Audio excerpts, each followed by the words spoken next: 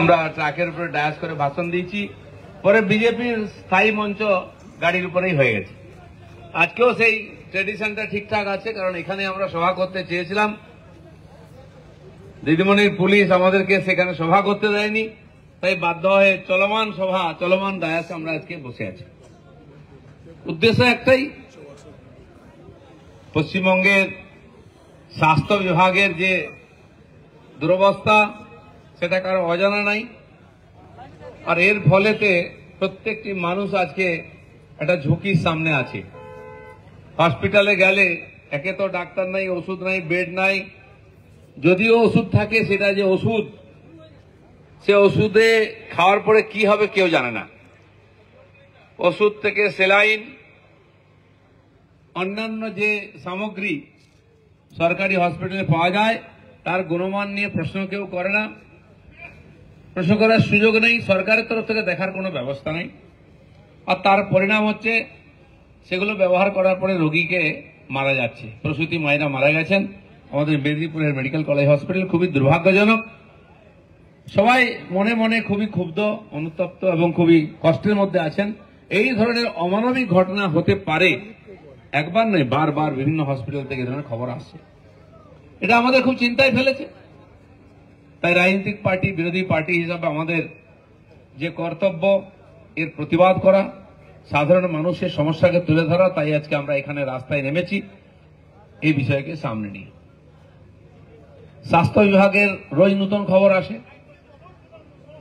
বিধান তিনি কিংবদন্তি, এবং তখন থেকেই মোটামুটি স্বাস্থ্য বিভাগ নিয়ে আমরা নিশ্চিন্ত থাকতাম যে কমপক্ষে অসুস্থ হলে গিয়ে ফিরে আসবো জ্যান্ত। এখন সে ভরসাও নাই। শিক্ষা ব্যবস্থা নিয়ে পশ্চিমবাংলায় আমরা গর্ব করতাম। এই সরকারি শিক্ষা ব্যবস্থার মাধ্যমে বহু প্রতিভাবান ব্যক্তি যারা রাজ্যে, দেশে, বিদেশে বহু সম্মানের সঙ্গে সেবা দিয়েছেন। আমাদের রাষ্ট্রপতি হয়েছেন প্রণব বাবু, তিনি হয়তো এই সাধারণ স্কুল থেকে পড়ে গেছেন, সরকারি স্কুল থেকে। বহু বিজ্ঞানী হয়েছেন, ডাক্তার, ইঞ্জিনিয়ার, প্রফেসর বিদেশে পড়াচ্ছেন। তারা এই ধরনের প্রাইভেট ইংলিশ মিডিয়াম স্কুল থেকে পড়েননি কেউ। 20, 30, 40 বছর আগে সাধারণ স্কুলে পড়াশোনা করে সবাই আর নিজের প্রতিভা বিকাশের সুযোগ পেয়েছিলেন, পরিষেবা দিয়েছেন। কিন্তু আজ সরকারি স্কুলে সেই স্কুলের টিচাররাও ছেলে মেয়েদেরকে পড়ান না, কারণ সরকারি স্কুলের শিক্ষার মান এখানে পৌঁছেছে। আর এখন তো এমন অবস্থা, ছাত্রই পাওয়া যাচ্ছে না। প্রায় 4000 এরকম স্কুল আছে পশ্চিমবাংলায় যেখানে টিচার আছে কিন্তু স্টুডেন্ট নাই। আর প্রায় 6000 স্কুল এরকম আছে যেখানে একজন মাত্র টিচার, কোথাও প্যারা টিচার, পার্ট টাইম বা পার্মানেন্ট টিচার আছে। তো সেই জন্য এই শিক্ষা ব্যবস্থা থেকে খুব বেশি কিছু আশা করা যায় না। হসপিটালগুলো তো তাই, ডাক্তার পাওয়া যায় না। বললে মুখ্যমন্ত্রী বলেন কোথায় পাবো ডাক্তার, আমি তো ডাক্তার পাচ্ছি না, আপনার এনে দিন। কিন্তু ওষুধ কিনতে তো আর এত কষ্ট করতে হয় না। 2 নম্বরই ওষুধ কেন কিনেন? স্বল্প মূল্যের যে ওষুধ দোকান হসপিটালে আছে সেখানে কিনতে গেলে কর্মচারী বললেন দাদা এই ওষুধ নেবেন না, এর গুণমান ঠিক নাই, খুব কম মানের ওষুধ, এই ওষুধ খেলে শরীর অসুখ ঠিক হবে না। তো এই যদি কর্মচারীদের বক্তব্য থাকে, এই যদি গুণমান থাকে, তাহলে এই যে ঢপের চপ আপনি দিচ্ছেন, স্বাস্থ্য সাথীর কার্ড, ওটা কি মাথায় দিয়ে ঘুমাবো? কি কমবে লাগবে? আর তারপরেও নরেন্দ্র মোদীর দেওয়ার যে আয়ুষ্মান যোজনার প্রতি পরিবারকে বছরে 5 লাখ টাকার অনুদানের যে ব্যবস্থা, আপনি সেটা লোককে নিতে দেননি, লোককে বঞ্চিত করেছেন। কিনা আমাদের স্বাস্থ্যসাথী কার্ড ঠিক আছে, তো এই স্বাস্থ্যসাথী কার্ড নিয়ে গেলে সরকারি হসপিটাল বলে যে এটা নেবেন না দাদা, পয়সা পাওয়া যায় না। প্রাইভেট হসপিটালকে বাধ্য করেছেন, আপনারা নিয়েছেন, কোটি কোটি টাকা বাকি আছে, পেমেন্ট পায়নি, তারা এখন নিতে চায় না। তা মানুষ কোথায় যাবে? তাহলে বিনা চিকিৎসায় মরতে হবে। তারপরে যদি এরকম ভেজাল সেলাইন আর ওষুধ থাকে, আজকেও খবর এসেছে সেলাইনের মধ্যে ছত্রাক পাওয়া যাচ্ছে, হয়তো এক্সপায়ারি ডেট রেখে দেওয়া হয়েছে, বা এরকম ড্রেনে জল মিশিয়ে করে দেওয়া হয়েছে। তো শরীরে গেলে তো মানুষ যদি বা বেঁচে যেত, বাঁচার কোনো চান্স থাকবে না। এই যে ভয়ঙ্কর পরিস্থিতি, আর তারপরে অ্যাডমিনিস্ট্রেশন কি হয়েছে? আরজি করের ঘটনা রাজ্য নয়, দেশ নয়, সারা বিশ্বকে নড়িয়ে দিয়েছে। সারা বিশ্বের বিভিন্ন দেশে, বিশেষ করে ভারতীয়রা যেখানে আছেন তারা স্বীকার করেছেন, সারা দেশের বিরোধিতা হয়েছে। কিন্তু পরিণাম কি? কিছুক্ষণের মধ্যে হয়তো তার যে দোষী তার সাজা ঘোষণা হবে। সবাই বলছেন যে এটা সবই খালি আইওয়াস হচ্ছে, আসল দোষীকে আড়াল করার জন্য একটা মাতালকে ধরে নিয়েছে, ফাঁসিতে হয়তো ঝুলিয়ে দেওয়া হবে, কি হবে আমি জানি না। এমনকি যে নির্যাতিতা, যে মেয়েটির মৃত্যু সারা নাগরিক সমাজকে, সভ্য সমাজকে নড়িয়ে দিয়েছে, তার বাবা মা পর্যন্ত বলছেন কমপক্ষে 50 জন জড়িত এর সঙ্গে। তারা কেন বেঁচে আছে? তাদের ডাকা হলো না কেন? যারা সাক্ষী দিতে পারত তাদের ডাকা হয়নি, যারা সম্ভাব্য অপরাধী তাদেরকে জিজ্ঞেস করা হয়নি, তার নাম নেই কোথাও। তাহলে কিসের বিচার? আর আমরা জানি সেই দিন থেকে যখন যে ঘটনা যেদিকে গতি প্রকৃতি যাচ্ছিল, তখন থেকে একটা সন্দেহ সবারই ছিল, যেটাকে চাপা দেওয়ার চেষ্টা হচ্ছে কিছু। আর সেটাই হচ্ছে, কারণ বহু প্রশ্ন উঠে এসছে। যারা নির্যাতিতার বাবা মাও প্রশ্ন করেছেন, সাধারণ মানুষ করেছেন, মিডিয়ার লোকেরা করেছেন, ভুল করে অনেক পুলিশের লোকেরাও বলে দিয়েছেন যে এটা হচ্ছে না, ওটা হচ্ছে না। সেখানকার তার সহপাঠীরা, সহকর্মীরা প্রশ্ন করেছেন নির্যাতিতা, কিন্তু সেই প্রশ্নের উত্তর দেওয়ার তো প্রশ্ন নেই, খোঁজার চেষ্টাও হয়নি। কার স্বার্থে? কি লুকানোর চেষ্টা করছেন মমতা ব্যানার্জি? আবার বলছেন 2 মাসের মধ্যে, 6 মাসের মধ্যে সাজা দিয়ে দিলাম। আরে সাজা কাকে দিলেন? যে সাজা পাওয়ার কথা তাকে আপনি বাঁচাচ্ছেন। একজন হয়তো যে অল্প অপরাধীতে হয়তো গুরুতর সাজা পাবে। এই যে সব সময় অপরাধকে চাপা দেওয়া, অন্যায়কে আড়াল করার যে আপনার অপচেষ্টা, তার ফলে যে পুলিশের এই কাজটা নিষ্ঠার সঙ্গে করা উচিত ছিল, সাধারণ নাগরিক সমাজের মনোবল বাড়িয়ে তাদেরকে নিশ্চিন্ত করার দরকার ছিল যে আমরা আছি, অপরাধীদের ছাড়বো না। আজকে খবর এসছে পুলিশ আক্রান্ত। আর কি দেখতে হবে? মুখ্যমন্ত্রী আক্রান্ত হলে তখন ভাববো যে আইন আর শৃঙ্খলা নাই। তার পার্টির নেতাদেরকে রাস্তায় গুলি করে মারা হচ্ছে কুকুর ছাগলের মতো, বাড়ি ঢুকে মারা হচ্ছে। এক তো হিন্দি সিনেমায় দেখতাম, বা 20 বছর আগে, 30 বছর আগে মুম্বাইতে দেখতাম, দিনের বেলা এরকম গ্যাং ক্লাস হচ্ছে আর শুট আউট হচ্ছে, বন্ধ হয়ে গেছে। তারপরে 20 বছর আগে উত্তরপ্রদেশে, বিহারে আমরা দেখতাম দিন দুপুরে গুলি চলছে, মাফিয়ারা 20, 30, 50টা গাড়ির কনভয় নিয়ে যাচ্ছে, পুলিশ অন্যদিকে মুখ করে দাঁড়িয়ে থাকেন। তারা করবে কি? AK-47 এর সামনে এসপিও চুপচাপ থাকতো, সরিয়ে নিত পুলিশকে, চলে যাক শাহাবুদ্দিন, তারপরে বেরোবেন। কিন্তু তারা আজকে ইতিহাস হয়ে গেছে ওখানে। আজ পশ্চিমবঙ্গ, উত্তরপ্রদেশ আর বিহারের যে জঙ্গল রায়, তাকেও হারিয়ে দিয়েছে। আমরা বিহার ইউপিকে নিয়ে হাসাহাসি করতাম যে এরকম হয়, এরকম হয়। ওখানকার লোকেরা এসে গল্প করতো এখানে আইন শৃঙ্খলা কিরকম, পুলিশ প্রশাসন কিরকম। থানায় কমপ্লেন করতে গেছে, ওসি গামছা পরে গায়ে মালিশ করাচ্ছে তেল দিয়ে। एफआईआर লেখার নাই, কমপ্লেন লেখার লোক নাই এখানে। হাসতো, क्यों आए हो थाने में, जानो निपटा लो आपस में, এরকম বলতো। হিম্মত ছিল না। আর নাহলে জমি বাড়ি বিক্রি করে টাকা দেয়, এরকম হতো। আমার মনে পড়ে আমাদের সংগঠনের একজন ছেলে, সে আমাকে বলছে আসানসোলে যে দাদা বোনের বিয়ে দেবো, একটা ভালো ছেলের সন্ধান দিন এখানে। বিহারের লোকেরা, আমি তোরা বিহারের লোক, ওখানে গ্রামে ছেলে আছে না, ওইখানে কেন? না দাদা বিহারে আর যাবো না। তখন এইসব গল্প বলতো আমাদের যে এরকম ওখানকার থানা বলে কিছু নেই, পুলিশ বলে কিছু নেই, কোন আইন শৃঙ্খলা নেই।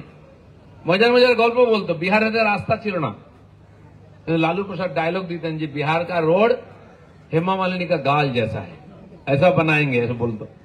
আর তারপরে এমন হতো রাস্তা কোনটা আর ড্রেন কোনটা কোনো বোঝা যেত না। বলতে ওখানে বাস চলতো এরকম, বাসে কেউ পয়সা দিত না, বাসে বাউন্সার থাকতো, জোর করে ধরে পকেট থেকে টাকা আদায় করে নিত, ভাড়া দেবে না কেউ। তারপরে যেখানে যে দাদাগিরি চলে, বাস গিয়ে দাঁড়িয়ে বাড়ির সামনে, বলে চলো, বলছে না আসছে। কে আসছে? স্নান করতে গেছেন বাবু, তিনি বাস ধরবেন। তার বলছে কত দূর? বলে কাপড় পরছে। তারপরে ব্যাগ গুছোচ্ছে, তারপরে বাসে উঠবে, তারপরে বাস ছাড়বে। এই ছিল বিহার। আজ সে বিহারে এই প্রশ্ন ওঠে না।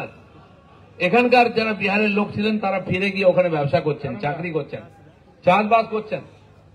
উত্তরপ্রদেশ তো দেখিয়ে দিয়েছে আইন শৃঙ্খলা কি করে রক্ষা করতে হয়, আইনের উপরে কেউ নয়। এনকাউন্টার যখন উত্তরপ্রদেশে শুরু হয়েছিল মাফিয়াদের, এখানে মানবতার কথা বলা হতো, মানবিকতার কথা বলা হতো। টিএমসির নেতারা, যুব নেতা থেকে বৃদ্ধ সবাই বলতো আমরা এনকাউন্টারে বিশ্বাস করি না, আমরা আইন শৃঙ্খলায় বিশ্বাস করি। মানে স্বাগতম, সুকান্ত মজুমদার স্বাগতম। বাংলা মায়ের দামাল ছেলে সুকান্ত মজুমদার স্বাগতম। মাননীয় রাজ্য সভাপতি সুকান্ত মজুমদার স্বাগতম। সুকান্ত মজুমদার স্বাগতম। এখানে যারা নিচে আমাদের জেলা সভাপতিরা রয়েছেন মহামান্য, তারা মঞ্চে উপস্থিত হয়ে মঞ্চে উপবিষ্ট হবেন এই অনুরোধ রাখা হচ্ছে। সরিয়ান মিডিয়ার সামনে। ভারত মাতা কি। তো মাননীয় রাজ্য সভাপতি এসে গেছেন, আমরা তার আগে মঞ্চ গরম করার চেষ্টা করছিলাম। উত্তরপ্রদেশের এনকাউন্টার নিয়ে এখানে কমেন্ট করা হতো, আমরা এনকাউন্টারে বিশ্বাস করি না। আরে তোমাদের বন্দুকে গুলি নেই, তোমাদের কোমরের জোর নেই একজন দুষ্কৃতকারীকে অ্যারেস্ট করার, সাজা দেওয়ার, তাই এই কথা বলো। আজকে তোমাদেরকে এনকাউন্টার সর্বোচ্চ নেতৃত্ব, সরকারের সর্বোচ্চ নেতৃত্ব কেউ সুরক্ষিত নন, পুলিশ সুরক্ষিত নয়। এই পশ্চিমবাংলার কাগজে খবর বেরিয়েছিল, মহিলা পুলিশকে নেতৃত্ব, মহিলা পুলিশ ডিউটি করছে, তার সুরক্ষার জন্য পুরুষ পুলিশ নিয়োগ করা হচ্ছে, সুরক্ষার জন্য পুরুষ পুলিশের নিয়োগ করা হয়। অনেকদিন ধরে এই রোগ ধরেছে সিপিএম আমল থেকে, বামপন্থীর আমল থেকে, আজ গোটা গায়ে দগদগে ধা হয়ে গেছে প্রশাসনের। কোন ডিপার্টমেন্টে আপনি কাজ পাবেন না। পশ্চিমবাংলার মানে প্রশাসন, অ্যাডমিনিস্ট্রেশন এত পচা গলা। আমার নিজের অভিজ্ঞতা বলছি, আমি এমএলএ এমপি হিসেবে পেনশন পাওয়ার অধিকারী। আমি বিধানসভায় গেছিলাম যে পেনশন পেতে গেলে কি করতে হয়, একজনও বলতে পারছে না কি ফর্ম, কি ডকুমেন্ট, কোথায় যেতে হবে। মনে হচ্ছে বেটারা যেন নিজের বেতন থেকে কেটে আমাকে পেনশন দেবে, বলে ট্রেজারিতে ফর্ম ফিল আপ করো, সেখানেও বলতে পারছে না কি করতে হবে।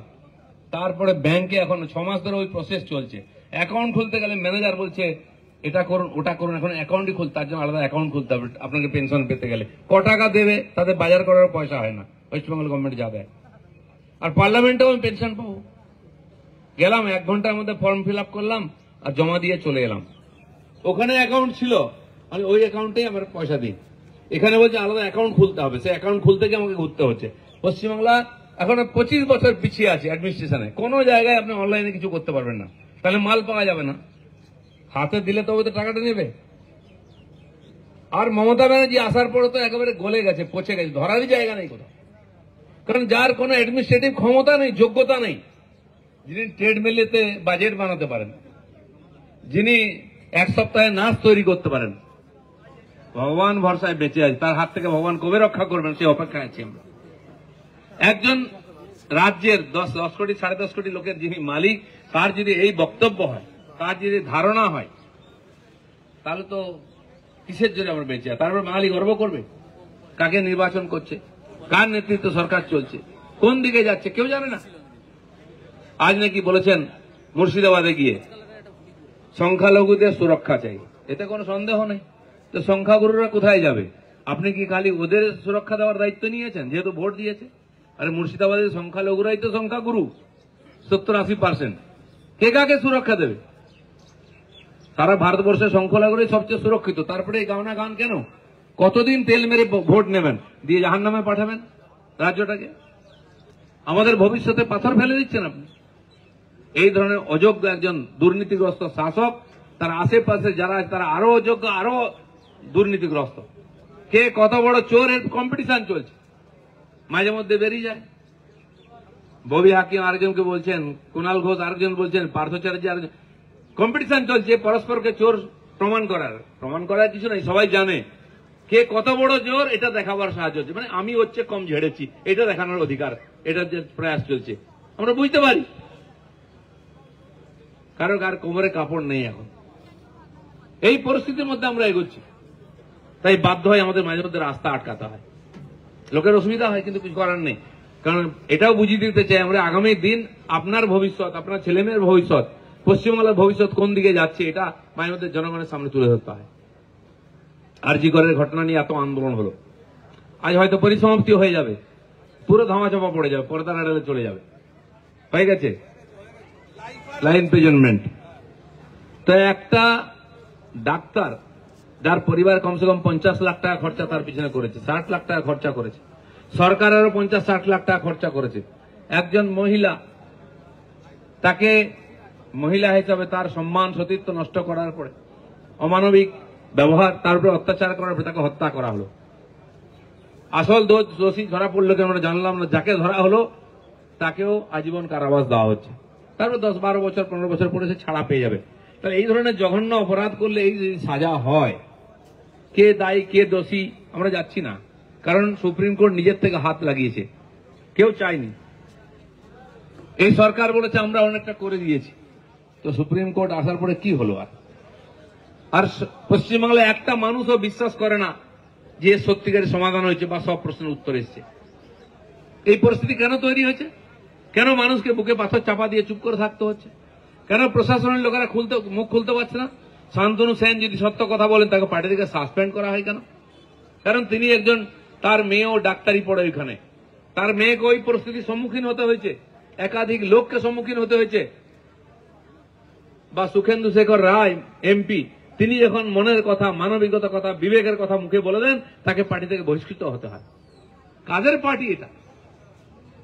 কি চলছে এটা? এটা মাফিয়া, গুন্ডা, দুষ্কৃতকারী, সমাজবিরোধীদের পার্টিতে পরিণত হয়ে গেছে। আর তার মালিক হচ্ছেন মক্ষী রানী, ডাকাত রানী মমতা ব্যানার্জি। আমি বলিনি, কুণাল ঘোষ বলেছেন, সেটাকে আমি আপনাদের মনে করিয়ে দিচ্ছি। তো ডাকাতদের নিয়ে দল চলছে, ডাকাত রানী তার নেতৃত্ব করছেন, তার কাছ থেকে আপনি কিছু আশা করতে পারেন না। সেটা পরিবর্তন করতে হলে উপর থেকে, আমরা তাই বলেছিলাম। আমরা 16 দিন ধর্ণা দিয়েছিলাম আরজি করের সময়, এই কথাই ছিল। যেহেতু অরাজনৈতিক আন্দোলন চলেছিল এবং আমি তখন হিম্মত করে বলেছিলাম, কারো বলার দম ছিল না ডাক্তারদের বিরুদ্ধে, যে আসল তথ্যকে চেপে দিয়ে অপরাধীদের বাঁচানোর জন্য আন্দোলন চলছে, মমতা বাঁচাও আন্দোলন চলছে। সেটাই আজকে পর্যবসিত হয়েছে। আমি আবার বলছি, মমতা বাঁচাও আন্দোলন ছিল, যারা করেছে তারা আবার নাটক করছে, কারণ তাদের মধ্যে অনেকে সাসপেন্ড হয়েছে। আমরা ভেবেছিলাম আরজি করের ঘটনায় সরকারের ঘুম ভাঙবে কিনা জানি না, সাধারণ সমাজের ঘুম ভাঙবে এবং পরবর্তীকালে এরকম আর আন্দোলন করতে হবে না, এই ধরনের ঘটনা ঘটবে না। কিন্তু গত মাসেই শান্তিপুরেতে সরকারি হসপিটালে সুপার একজন মহিলা ডাক্তারকে বলছে আরজি কর করে দেবো। তার মানে আরজি কর একটা সমাজ পরিবর্তনের বা মানুষের চোখ খোলার জন্য ঘটনা হয়নি, এটা পরবর্তীকালে অন্য কর্মচারীদের ধমকাবার জন্য একটা উদাহরণ হয়েছে। আরজি কর করে দেবো বলে মহিলা ডাক্তারদের ধমকানো হবে, এই জন্য কি এত আন্দোলন হলো? এত রাত জাগলেন লোকেরা লক্ষ লক্ষ সংখ্যায়। গ্রামে গঞ্জে আমি দেখেছি যে মহিলারা বাড়ির বাইরে যান না, তারাও রাত 12টার সময় মোমবাতি হাতে রাস্তার মোড়ে দাঁড়িয়েছিলেন। এইখানে নিউ টাউনে বিশ্ব বাংলা গেটের সামনে হাজার হাজার লোক দাঁড়িয়েছেন, ওখানে মানুষই নেই, কোথা থেকে এত লোক এলো? মানুষের মনকে নাড়া দিয়েছিল। মানুষ মনের দিক দিয়ে বিবেকের তাড়নায় এর প্রতিবাদ করেছিলেন। কিন্তু মমতা ব্যানার্জি একজন যোগ্য শাসক, আমি যেন বলি, যে এত বড় ঘটনাকে চাপা দিয়ে নিজের লোকেদের বাঁচিয়ে নিলেন, কারো গায়ে আঁচ লিখতে দিলেন না। সেই জন্য ইতিহাসে তার নাম লেখা থাকবে যে কত চোরকে, কত ধর্ষককে, কত প্রতারককে, ডাকাতকে উনি বাঁচিয়েছেন। এই জন্য তার ইতিহাসে নাম থাকবে, আর কোনো কারণে কেউ মনে রাখবে না। হ্যাঁ, এটা মনে রাখবেন ওই ধর্ষিতার বাবা মা, যে মমতা ব্যানার্জির আমলেই আমার মেয়ের এই দুরবস্থা হয়েছে। হয়তো যারা রাস্তায় নেমেছে তারা বলবেন পরবর্তী প্রজন্মকে যে আরজি করা হয়েছিল মমতা ব্যানার্জির আমলে, আমরা রাস্তায় মোমবাতি নিয়ে নেমেছিলাম। এর বেশি কিছু হবে না, কারণ এরকম ঘটনা ঘটেই চলেছে। মহিলাদের তো সবচেয়ে বেশি দুরবস্থা আজকে। 60 থেকে 70 বছরের কোন মহিলা আজকে পশ্চিমবাংলা সুরক্ষিত নন। আপনার মেয়ে হসপিটালে যাচ্ছে, আপনার মেয়ে স্কুলে যাচ্ছে, বাড়ি ফিরবে ঠিকঠাক, কোনো গ্যারান্টি নেই। আপনার মেয়ে সন্ধ্যাবেলা টিউশন যাচ্ছে, বাড়ি ফিরে আসবে, কোনো গ্যারান্টি নেই। বউরা, মেয়েরা, বাড়ির মেয়েরা সন্ধ্যাবেলায় বাজারে হাটে যাচ্ছেন, ঠিকঠাক ফিরে আসবেন, কোনো গ্যারান্টি নেই। এইটা মমতা ব্যানার্জি আমাদেরকে বাস্তবটা শিখিয়ে দিয়েছেন। মমতা ব্যানার্জির রাজত্বে কোনো কিছুর সুরক্ষা নেই, কোনো স্বীকৃতি নেই, কোনো নিশ্চিত নেই কিছু। কেউ সুরক্ষিত নন, সবাইকে অসুরক্ষিত রেখেছেন। আর যারা সুরক্ষা দেবে সে পুলিশ, তারাই আজকে বেশি অসুরক্ষিত হয়েছে। যেদিকে গতি প্রকৃতি যাচ্ছে ঘটনার, আমাদেরকে হয়তো এরকম মাঝে মধ্যে নাম দেবে, কারণ আমাদের দায়িত্ব এটা। আমরা এই সরকারকে রাস্তা দেখাবো বলে দায়িত্ব নিয়েছি, সাধারণ মানুষের আওয়াজ তুলবো বলে দায়িত্ব নিয়েছি। বারে বারে আমাদের রাস্তায় বসতে হবে যে কতদিন এই সরকার আছে, কিন্তু জানি না তারপরে কোনো ফল পাওয়া যাবে কিনা। আমরা বিরোধী আন্দোলন করার দায়িত্ব আছে, অধিকার আছে, আমরা করবই, কিন্তু ফল কি হবে জানি না। কারণ কি, মমতা ব্যানার্জিকে বাঁচাবার জন্য আমাদের মতো অনেক বিরোধী এখানে আছেন, তারা মমতা ব্যানার্জির সামনে ঢাল হয়ে দাঁড়িয়ে যাচ্ছেন, কোনো না কোনো ইস্যু তুলে আওয়াজ করছেন। তারাই স্লোগান দিয়েছিলেন কোন রাজনৈতিক নেতাকে আসতে দেবেন না। আমাদের বিরোধী নেতা গেছিলেন, তাকে গো ব্যাক বলা হয়েছিল। প্রাক্তন জাস্টিস গাঙ্গুলি গেছিলেন, তিনি খালি এমপি নন, তিনি জজ হিসাবে, এবং এই ধরনের ঘটনায় যে দৃঢ়তার সঙ্গে জাজমেন্ট দিয়েছেন তাকে লোকে মনে রেখেছে, তাকেও গো ব্যাক বলা হয়েছে। আমার পাশে বসে আছেন পার্টি জিএস অগ্নিমিত্রাদি, সবাইকে গো ব্যাক বলা হয়েছে, কারণ তারা নাকি রাজনীতি করেন। মোহাম্মদ সেলিম কি করেন? ঘাস কাটেন না গরু চড়ান? আজকে কংগ্রেসের যিনি প্রেসিডেন্ট হয়েছেন নূতন, বেশিরভাগ লোক নাম জানে না, পার্টিটারই নাম ভুলে গেছে লোকে, তিনিও সঙ্গে ছিলেন, ওই মিছিলে হেঁটেছিলেন, ওই আন্দোলনকারীদের সঙ্গে হেঁটেছিলেন। তারা রাজনীতিবিদ নন। ভাবের ঘরে চুরি কেন করছেন? খালি মমতা ব্যানার্জিকে বাঁচাবার জন্য, নিজের অস্তিত্ব বাঁচিয়ে রেখে এই সমাজের সঙ্গে আপনারা প্রতারণা করেছেন। কিছু ইনোসেন্ট ডাক্তারকে সামনে নামিয়ে দিয়েছেন। ইনোসেন্ট বলবো না, আমার বজ্জাত ছিল একটা। আজ তারা মডেলিং করছে অনেকে, দেখুন ছবি দেখতে পাবেন বড় বড় হোর্ডিং এ। কারণ লাভ কি হয়েছে আন্দোলনের? কয়েকজন নেতা হয়েছে, মডেল হয়েছে, তারা পয়সা কামাচ্ছে, হোর্ডিং লেগেছে, দেখে নেবেন। যারা আন্দোলন করছিল সামনে দাঁড়িয়ে, সেই লোকগুলো হয়েছে। রাজনৈতিক নেতা হতে পারবে না, লোকে বিশ্বাস করবে না ওদেরকে, কিন্তু পয়সা কামাবার জন্য যা করা সেটা করে আজকে হোর্ডিং লাগানো হয়েছে, মডেলিং বিভিন্ন কোম্পানির। এটাই লাভ হয়েছে। কিছু লোক নেতা হওয়ার চেষ্টা করেছিল, কিন্তু এই সময় তাদেরকে বিচার করবে যে কেন আরজি করে ঘটনাকে চাপা দিলে, কেন ওই মেয়েটির মৃত্যুকে নিয়ে তোমরা ব্যবসা করলে, রাজনীতি করলে, তার জবাব দিতে হবে কোনদিন। আর মানুষ সেই জবাব জিজ্ঞেস করবেও। তাই আজকে ভারাক্রান্ত হৃদয়ে আমরা এখানে বসতে বাধ্য হয়েছি। আরজি করের ঐতিহাসিক রায় বেরিয়ে গেছে, তার দিকে সবাই তাকিয়েছিলেন, কিন্তু এটা ভুললে চলবে না যে এই ধরনের ছোট ছোট ঘটনা থেকে এটাও আরজি করের চেয়ে কিছু কম নয়। একটি ডাক্তার মেয়ে কলকাতায় মারা গেছে বলে তার জন্য মানুষ মিডিয়াতে ঝাঁপিয়ে পড়েছে বলে বিরাট প্রচার হয়েছে, কিন্তু মেদিনীপুরের ওই চন্দ্রকোনার যে গ্রামের মেয়েটি সন্তান প্রসব করতে গিয়ে মারা গেল, 2-3 জন প্রসূতি মারা গেছেন, তাদের জীবনের মূল্য কিছু কম ছিল না?